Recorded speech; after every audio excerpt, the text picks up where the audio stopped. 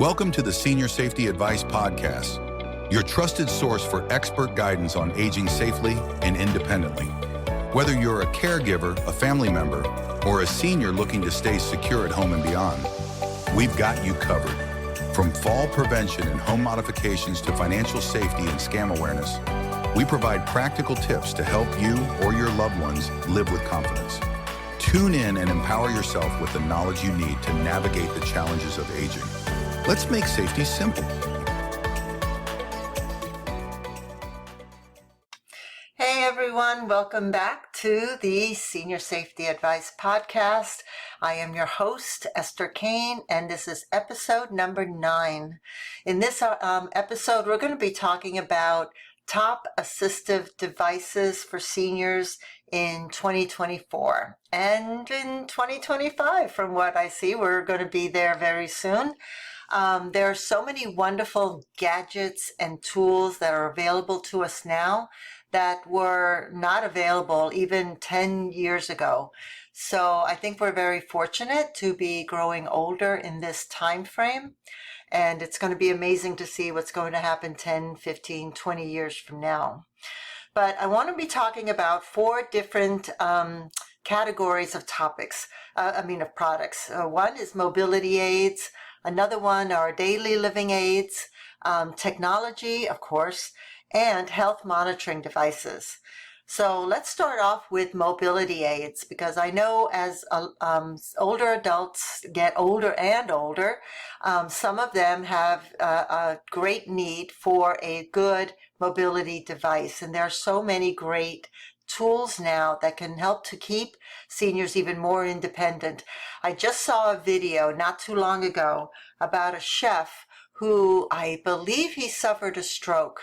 And obviously he went through rehab, exercise, physical therapy, occupational therapy, all of that.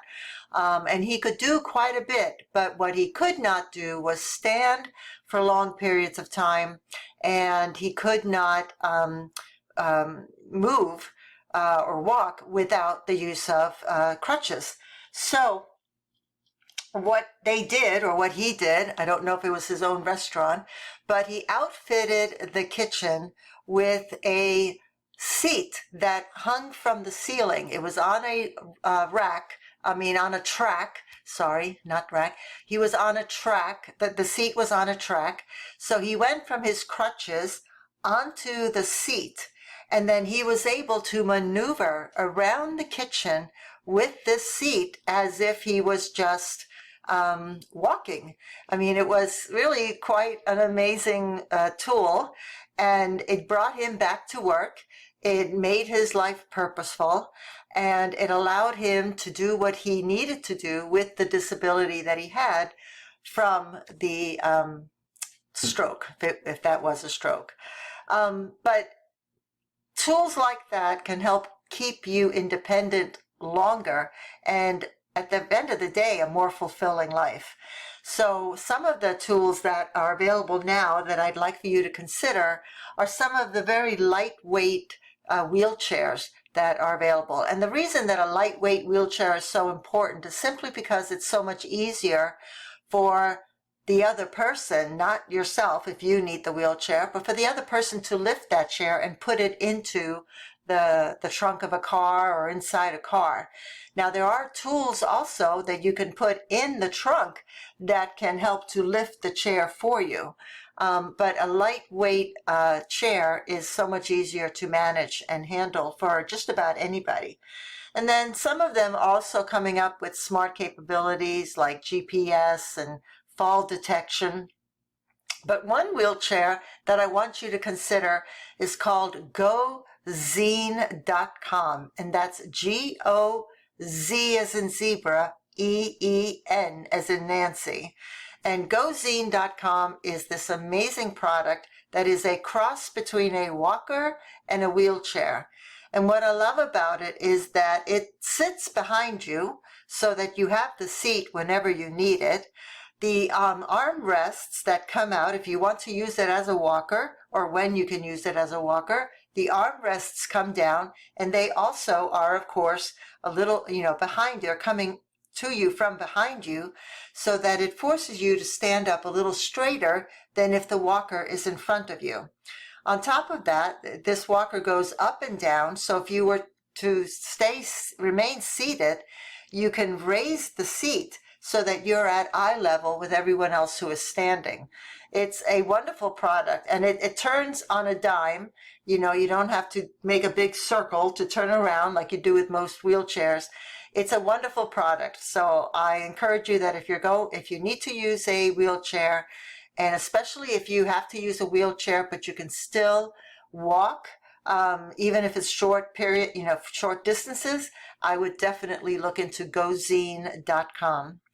Other mobility devices are some of the modern walkers that are equipped with brakes and sit-to-stand assistance.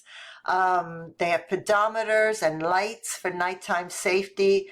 I think those are, and then they're also made out of much more lightweight material.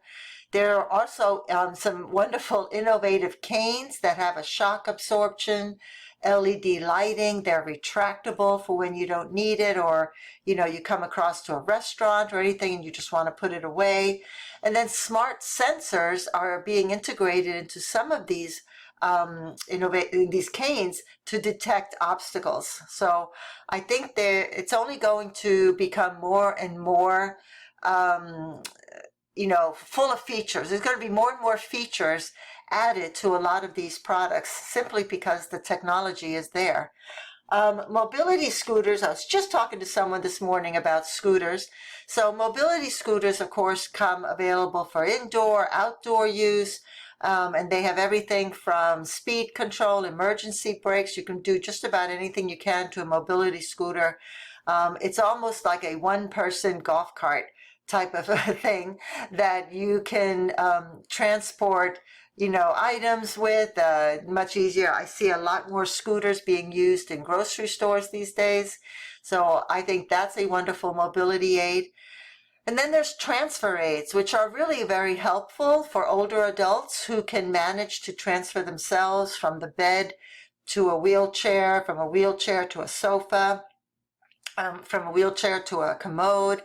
There are other type of mobility transfer aids, though. There's lift chairs, there's patient lifts, and a lot of the patient lifts are really meant for the caregivers, the family caregivers, everything from a Hoyer lift to all kinds of products that you can put underneath the person that can help to lift them up off the floor.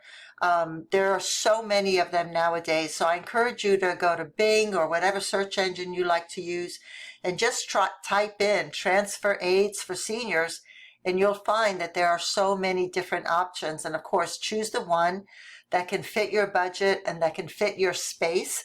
A Hoyer lift is a very big, complicated product, and it may not fit in a small bedroom, so you wouldn't want that. But take a look at what is available out there and choose the one that's best for you. Of course, I always encourage you to check with an occupational therapist or physical therapist. They can recommend a product that may be the most suitable for you. So let's go on to the category of daily living aids. Now, we all need our independence to perform our daily living tasks. It could be anything from getting up out of bed, showering, cooking, driving, anything at all. So the things that I'm going to be talking about are mostly personal, in the home type of things. There are a lot of products for driving, but I'm going to leave that for another podcast because there are so many products for driving to make it safer. So what I'm going to talk about here are initially our kitchen aids. Now, there's a lot of ergonomically designed utensils. If you have severe arthritis, there's the utensils that have a large handle, make it much easier to handle. They're lightweight. There's automatic jar openers. My mom-in-law had an automatic jar opener that she absolutely loved. There are one-touch electric can openers. There's kitchen appliances that you can program with anything from an Alexa to an app on your phone. And there's stove safety devices. One that I can recommend is called Fire Avert, Avert, Fire Avert. And what that does is when the fire alarm turns on, when the fire alarm is activated, Fire Avert is just a plug that you plug the stove in, whether it's electric or gas. And when the Fire Avert product hears the fire alarm, it automatically turns the stove off. So I think that's a wonderful safety product to have. Some of the stove products that turn the stove off do it on a time basis, 15 minutes, 20 minutes, 30 minutes. And that is okay if you're in the kitchen cooking or whatever, but if the stove is going to stay on for 30 minutes after a fire has started, that may not be any help. So I like that this Fire Avert hears the fire alarm and then turns the stove off. Bathroom aids are another series of products that are very important. Everything from slippery resistant mats to walk-in tubs, which I think if you're going to use a walk-in tub, I would highly recommend to get a heat lamp over that tub. That'll help to keep you warm while the water is draining from the tub. And if you have it in your budget, I always recommend a heated floor for older adults in the bathroom. It just really, truly helps to keep that room much warmer, especially if you live in a colder environment. And of course, we all know about shower chairs and bathtub benches, touchless faucets and automatic flush toilets. There's a lot of those, but one other product that I strongly recommend are bidets. Now, it used to be that you had to purchase an entire bidet, like an entire commode, and have the space for that. But nowadays, they have a seat that you can that you replace your toilet seat with. It's a bidet. And you can get bidets of all kinds of different levels. One that I saw recently that I myself purchased has an automatic, as soon as you walk into the bathroom, it senses that someone is there and the lid opens up. It also has a night light built into the lid, so it's basically a night light in the commode. The wand that squirts the water out when you're using it is inside, and it doesn't come out until you activate it to wash you. Of course, you don't have to wash it, you use it every single time, but when it goes back in, then it self-cleans. It has a heated seat, which again is another wonderful thing to have in a cold climate. You can change the temperature of the water, you can change the direction of it. It's just a wonderful bidet. And on top of that, it has a dryer. So once it washes you, then it will also dry you. It's like going through a car wash for your privates. So I think that there's so many different levels of bidets, but the greatest benefit of bidets is they help to keep down the number of UTIs that so many seniors acquire. And if the UTI is gets bad enough, it can create symptoms that mimic dementia. So of course you don't want that.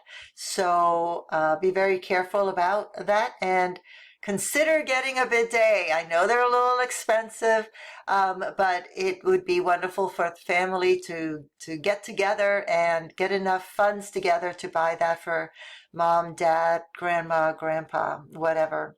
Bedroom aids are another product that I think have come a long way with the adjustable beds where the feet can go up, the head can go up and down just with the push of a button. They have bed rails now that have built-in night lights and pockets and just, all kinds of things that make everything so that you can have everything right there within easy reach. There's also under the bed lights so that that a sensor activated, so when your feet go down onto the ground from the bed, the lights underneath the bed go on, which is like another night light. And then there's sensors that you can put under the mattress or you can put on the floor so that caregivers have an idea that that person is getting up for safety issues. And then there's dressing aids. There's wonderful clothing now that's coming out with magnetic buttons, makes it much easier to put on a shirt or pair of pants, anything like that, elastic shoelaces. And now so many shoes don't even have laces anymore. You just slide your foot in, and the back even adjusts automatically. So any type of clothing that is easy to put on and take off, and then of course easy to wash as well. You want to try and avoid anything that you have to iron or, take to the dry cleaners, anything like that. And then reading and writing aids. Many older adults enjoy reading and writing. I myself do very much. I have hundreds and hundreds of books in my home, but your vision can easily go. So it makes it much easier if you have things like magnifying glass stands that are lighted, book holders, pens that have a larger grip. They're called ergonomic pens. And then, of course, for reading, e-readers like the Amazon Kindle, where you can adjust the font size.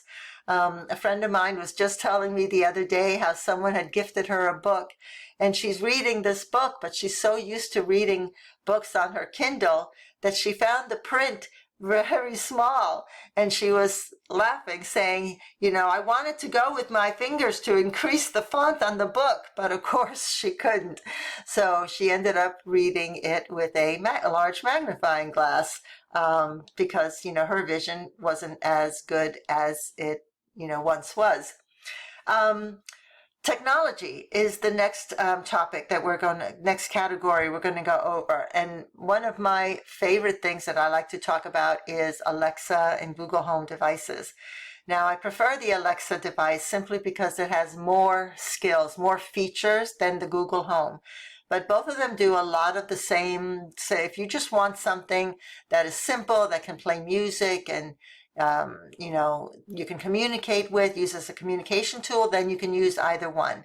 Google, of course, is connected to the Google search engine. So if you're going to use this product as something where you're going to ask it questions and you want answers, then Google Home would be the one to do. Alexa is connected to the Bing search engine. And although the Bing search engine is a good search engine, it doesn't have as much information as Google does. So oftentimes when I ask Alexa something, it'll say, I don't know the answer, or it gives me a very wrong answer. So depending on what you want to use it for. So I would encourage you to look at the features of both Alexa and Google Home, but definitely incorporate them into your home, simply because it's a wonderful voice-activated type of device that you can use as a telephone. You can use as a video device to face-to-face conversations with others. You can use it as an emergency to call friends, relatives, 911, and so many other features. Alexa, of course, as I said, has many more security features, guard features, timers. You can connect it to your appliances, your lights. You can automate your home with these devices. So I would encourage you to look at them. And then the autonomous vacuum cleaners. I myself have a Shark vacuum cleaner simply because I have pets, and the Shark has a plastic blade so the pet hair doesn't get caught up, whereas a Roomba cleaner, I used to have that, has a brush blade. And when you're cleaning up pet hair, it can get all tangled up in a brush, whereas in the plastic blade, it doesn't. So if you have pets, I encourage the Shark vacuum cleaner. If not, the Roomba is perfectly great vacuum cleaner. But nowadays, it's so easy to just turn it on. You empty it once a month, and it empties itself into its container. It's beautiful. I love using the my Shark. I have one upstairs and one downstairs. And then emergency response systems, of course, anything that you can, whether you wear it or whether it's on the wall, anything at all that can help to detect your falls. There's this wonderful new product called Nobi, N-O-B as in boy, I. And what I love about Nobi is that it's a ceiling light that also acts almost as an Alexa device. It has some features like that, but one of the greatest features is that it's a fall detection. So it will contact others to let them know that you've fallen. So it's not a video, it doesn't show, it just alerts them that you've fallen. And it's just a ceiling light. So you would just use it in your ceiling, replace your own light with this product. So I love that integration of these assistive devices with everyday devices. And then, of course, things like, smartphones and tablets. I mean, we all use them to read the news, to watch videos, watch television, do our face-to-face communication with family and friends. And then I love I have a great friend who's an audiologist, and the hearing aids that are now coming out with GPS features and Bluetooth capabilities where you can use it as like a telephone almost, noise cancellation. There's so many things in this tiny, tiny hearing aids. So it's amazing what they have nowadays. And lastly, the last category we're going to go over are health monitoring devices. A lot of you may be familiar with Fitbit. That was one of the first of the earliest, one of the earliest health monitoring devices, a simple item that you wear on your wrist that can monitor how far you walk. But now there are so many features that these health monitoring devices do, and they're integrated into a watch. They have fitness trackers and heart rate monitoring, and they track your sleep, and they have emergency SOS features. I mean, there's just so much on there. Blood pressure monitoring, glucose meters, oxygen levels. My particular watch has almost all of those things. It doesn't have a glucose meter, but it has oxygen level and blood pressure and heart rate monitoring. And it's going to get to the point, if it isn't already, that a lot of these products are going to be integrated with your physician's portal and, equipment, so that as you are wearing your item, those records are going to be automatically sent to the physician, so that when you do see your physician, he or she is going to have all those records there. And of course, I'm sure it will end up giving them a summary of what's been happening in the last week, month, 6 months, whatever, so that they can get a better picture. And I love that idea, because oftentimes the physician is trying so hard to know what is it that, is going on with you. And they'll ask you questions, and you, of course, will answer them, but you're not always going to answer them as accurately as a monitor would answer them. They may say, well, how often, do you ever get dizzy? And you may say, no, not really, where you may have forgotten that you got dizzy once or twice in the last month. How is are you taking your blood pressure? Is it working? Yeah, it seems to be. Well, the monitor will be able to tell more accurately, instead of it just seems to be. So I think a lot of these gadgets are amazing. Now they even have, I'm using the word amazing a lot, aren't I? Now they even have things like, the medication management tools, where they have automated pill dispensers and reminders, although I do love that Google Home and Alexa devices also remind you as well. And your watches can remind you as well. Smart home health gadgets like smart scales, and then thermostats that are connected that can help to keep your home at a specific temperature. And then anything that is, I think the explosion of telehealth is very, very, it's a great thing. That's one good thing that came out of COVID, is not the introduction of telehealth, because it's been around, but the acceptance of it. I think more and more people are using telehealth, and I love that service, because my late husband was a physician assistant, and he would say that a great majority of people that came in to see him really did not need to physically come in to see him, but they had to take time off of work. They had to come into the office and wait for the other patients to come and go.